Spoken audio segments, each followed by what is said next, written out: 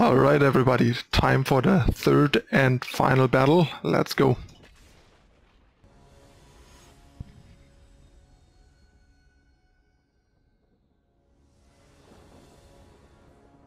On the play, got a very solid hand. Nice 2-3 curve with some backup. Kind of your typical hand, just a 2-3 punch with some interaction.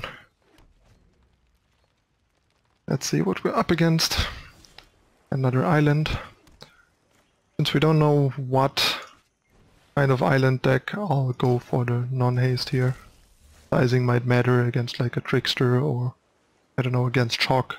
If this is drakes, for example, you don't want to turn their shocks on when all the other creatures we have are blank shock. And they have 4 of those. Here we might find out what the opponent's on, but my guess would be mono blue.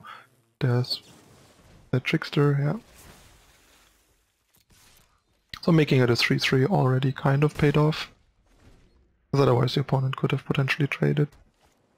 Although they might not want to be trading. And yeah, here we get Colossus value. But I think I actually, even though it would let us get in for 6, I think it's better to go Phoenix into 2 plays next turn than doing that, also because resolving Phoenix is really annoying for them and sort of already deals with Jhin to an extent. They can try and beat it with another trickster, but yeah, I think it's fine to block here.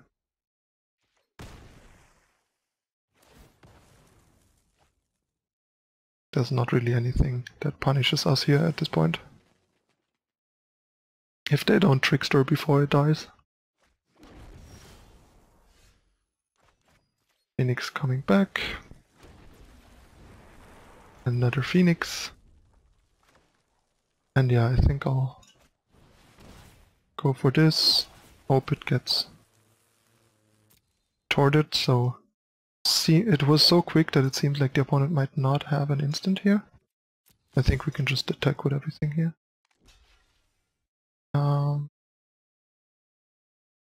Yeah, I think it's fine to just like post-combat try the collision.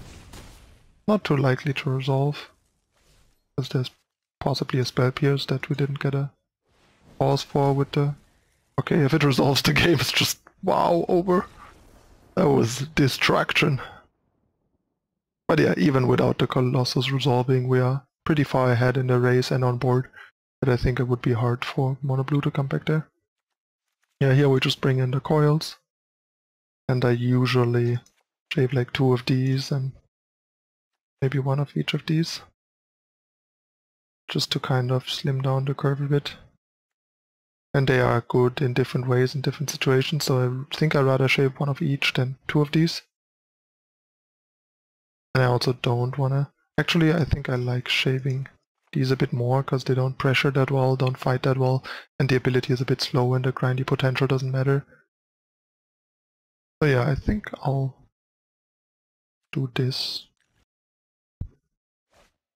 Okay, we got a pretty nice hand, easy keep. Pretty good stuff. I think I like Llanowar Elves a bit better here. Allows us to either go Spellbreaker or 2 things, probably 2 things.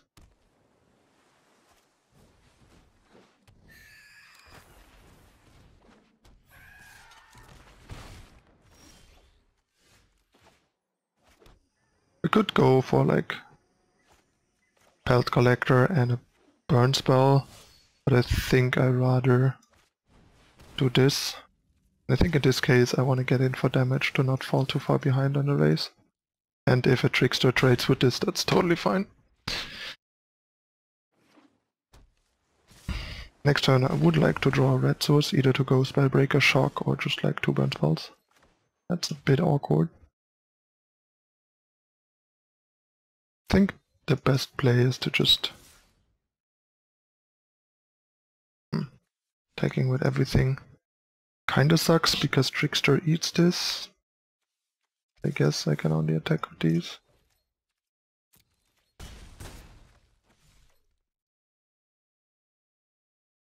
then we just pass and use a burn spell on the opponent's turn.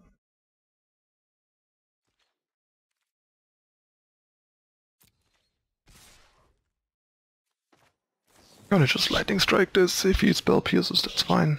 Could shock to play around spell pierce, but I'd rather have shock if we draw a force land that is red. Fine. Not particularly relevant. And now I think we can attack with everything.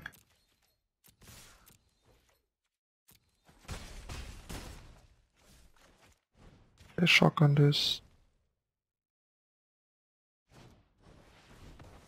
That's also fine. Then play Llanowar Elves. And once again we can draw a red source to do 2 things a turn, which would be very good here, especially to try and take this down. Or just finish the opponent, really.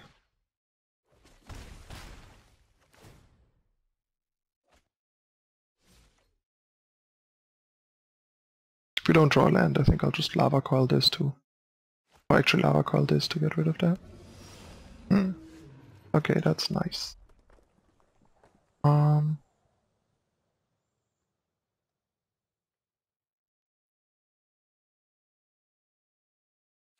Okay, we can get rid of the Terramander, I think that's worth it.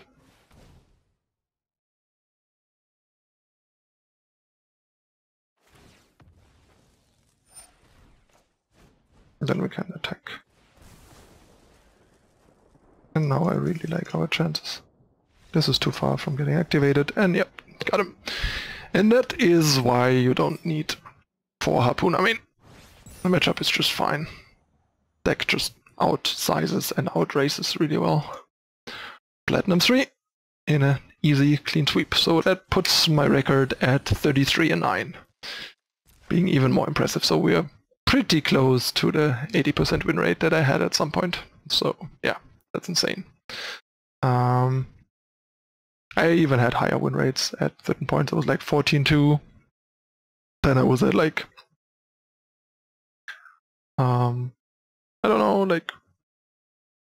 I don't know any record in between, but then I was at some point at like 25, where I had a flat 80, and then it hit a bit of a losing streak, and then started winning a lot again. And we keep winning, as you can see. Okay, deck is super impressive. I went all the way from like 98% to 14 yesterday, so I started really low, so it's very possible. I didn't think I would find something that could do it, and I already had given up on the top 8 being a realistic possibility.